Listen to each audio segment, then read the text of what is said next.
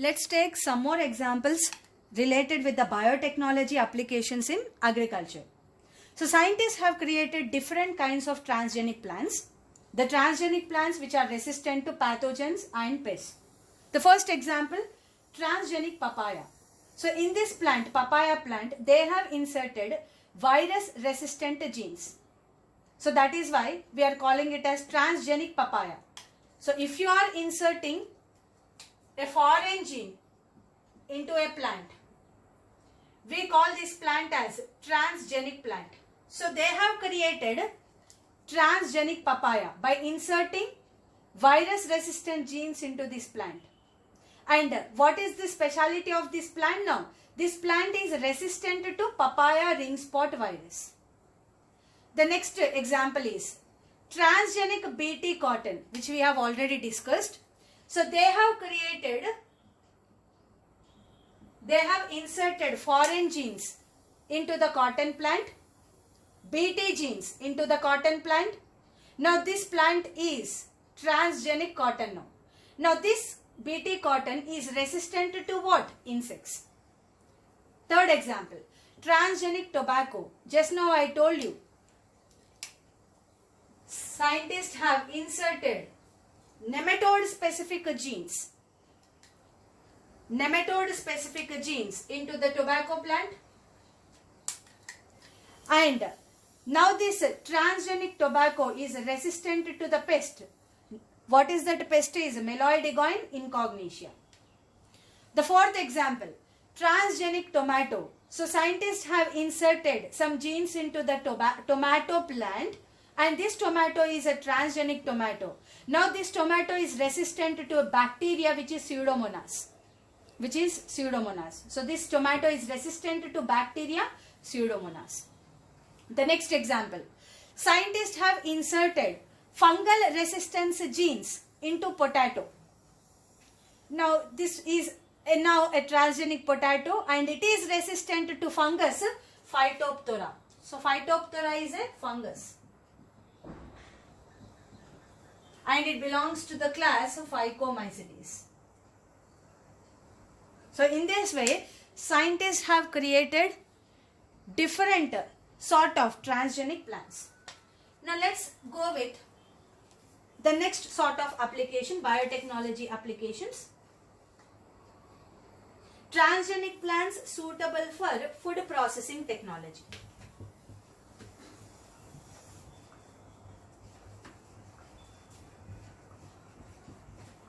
Transgenic plants suitable for food processing technology.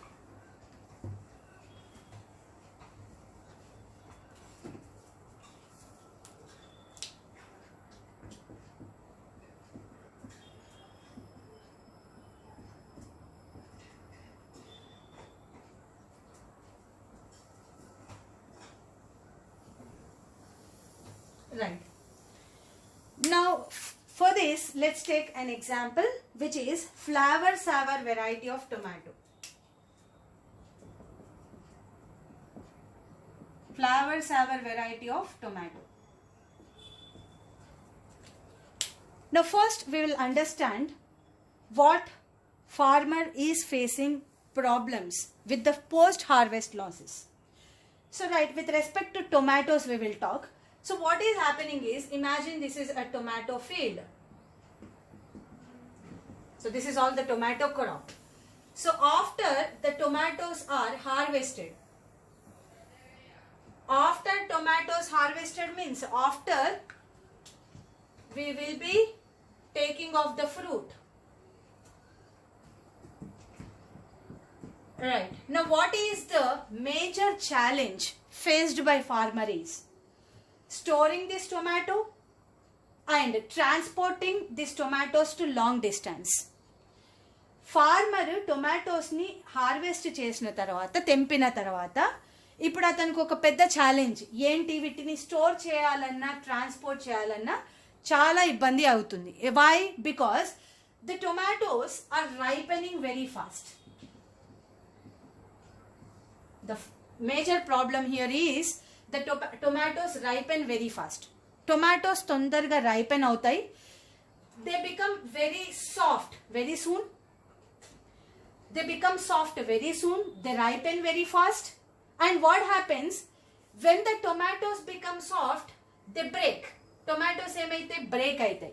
When the tomatoes break, there is a chance of various sort of infections, bacterial infections, fungal infections, and finally what happens is tomatoes will be bruised. Bruised ante kullipotayi.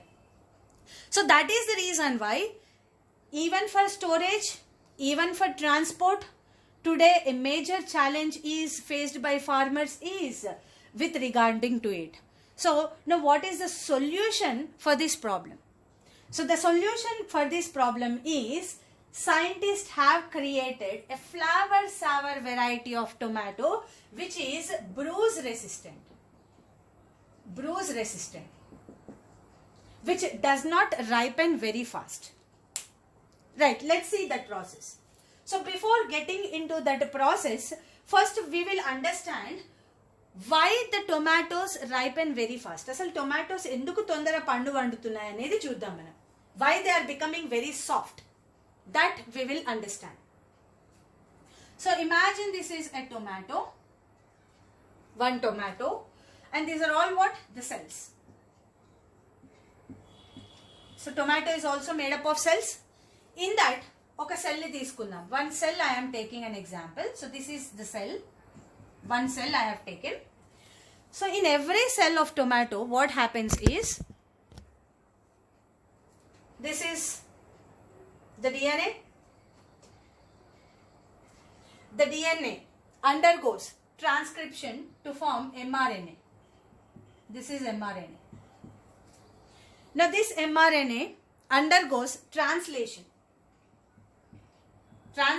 process to form an enzyme which is polygalacturonase. DNA underwent transcription to form mRNA. mRNA underwent translation to form a protein, an enzyme which is polygalacturonase. Polygalacturonase. Now this polygalacturonase enzyme, what it does is, this enzyme degrades or breaks the cell wall. You know that the plant cell wall, especially the middle lamellae is made up of calcium pectate and magnesium pectate. So this is all the pectin material, right? So this is calcium pectate and magnesium pectate, middle lamellae. So cell wall middle lamellae made up of calcium pectate, magnesium pectate. So what does this enzyme do is, it goes and breaks this pectin material. It breaks this pectin material. So ఈ pectin material ni break చేయడం వల్ల, degrade చేయడం వల్ల, now the wall, cell wall has become very soft. Cell wall has become very, very soft because the wall has been broken down. The pectin material is broken down by the enzyme polygalacturonase. By the enzyme polygalacturonase. So this is the problem now. Now because this enzyme breaks the pectin, all the cells inside this tomato, all the cells, cell wall is becoming soft. Now what happens if all the cells, cell wall becomes soft? Now the total tomato becomes very soft and it will be damaged very easily. So it can be easily broken down now. Ippudu easy ga break ayipotundi and now it is prone to various sort of infections. Not only that, it will be totally bruised or spoiled. Now what is the solution for this problem is, we should stop the synthesis of the enzyme polygalacturonase. Ippudu deen synthesis ni manam aapeste, the cell wall will not degrade. If cell wall will not degrade, that means what? The cells will be hard. If the cell wall is hard, that means tomato will be hard.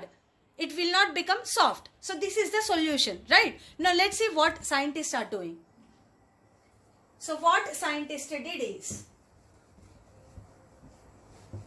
let's understand. They have inserted polygalacturonase specific genes. Right. So this is a tomato plant.